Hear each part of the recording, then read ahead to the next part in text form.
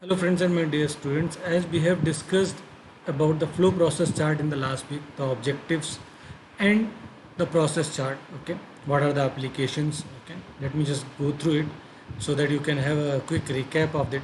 These are some objectives of the flow process charts which we have studied in the previous session. Then what are the types? Like we have discussed that there are two to three types of flow process chart, which are material, man and machine type, okay. Then what are the characteristics, that what are the basic vision or planning for behind the preparing of flow process chart. So what are the characteristics of this flow process chart that we have discussed. Then what are the basic applications where you can apply or prepare the flow process chart. Then today, in the series of industrial engineering method study, we will try to discuss how you can construct the flow process chart, or what are the important points which must be followed while constructing the flow process chart.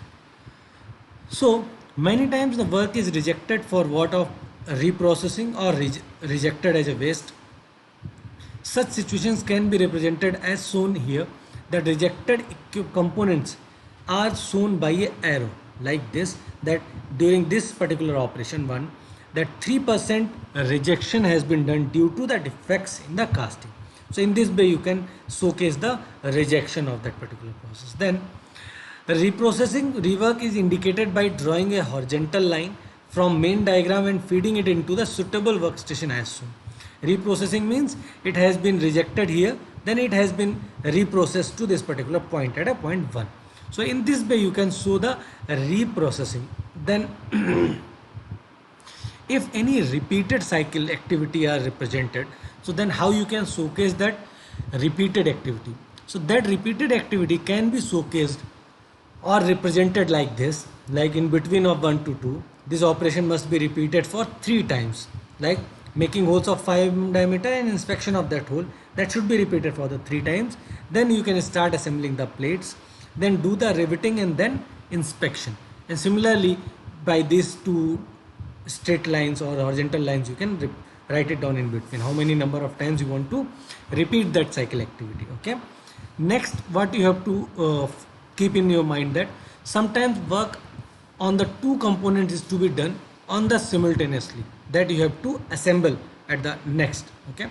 So when you are doing two works simultaneously or concurrently, then how this way you can showcase that seat cut to the size, and after that it has been bended from the left side and bending from the right side, both the sides bending has been going on. Then inspection must be done for the left side and inspection must be done for the right side, then it can be assembled together and inspection of the assembly. So in this way you can summarize or showcase the flow process chart of some simultaneously work or concurrent work or the same time work going on in the any operation or in any production line chain, okay. Now the charting must be used for recording the facts of what is being done to understand the various work element. Means everything must be written down and recorded properly so that you can understand the process or work element properly. And chart must be based on direct observation. There should not be any indirect observation, that you send your subordinate to just monitor the things and after that you are writing down on his observation. That should be a direct observation. You should directly go, supervisor must go to the place and observe the things properly or record the things, then he or she can observe.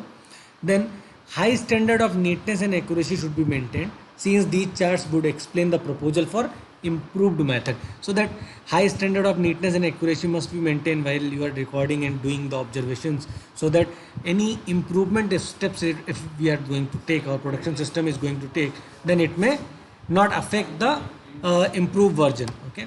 Now if you will summarize, that flow process chart enables one to improve the layout of the machine and equipment of the shop floor so as to reduce the movement of material, equipment and man to the minimum, or I will say optimum. Their flow is to be made smooth. So in this way you can utilize this particular graph or particular flow process chart.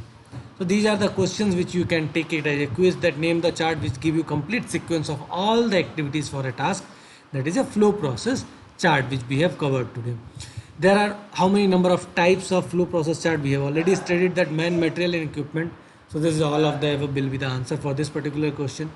Then You can also differentiate between operation process chart and flow process chart. That will be assignment for you. You can also send it to me directly or just do comment in the chat box of this particular video if you prepare this differentiation of the OPC and FPC, operation process chart and flow process chart. So thank you so much for your patience hearing. If you have any doubt, do comment. If you like this content, just hit the like button, and if you have not subscribed this Engineering College Banswara YouTube channel, do subscribe for more such updates about different branches of engineering like mechanical, civil, electrical and computer science. Thank you so much for your patience here.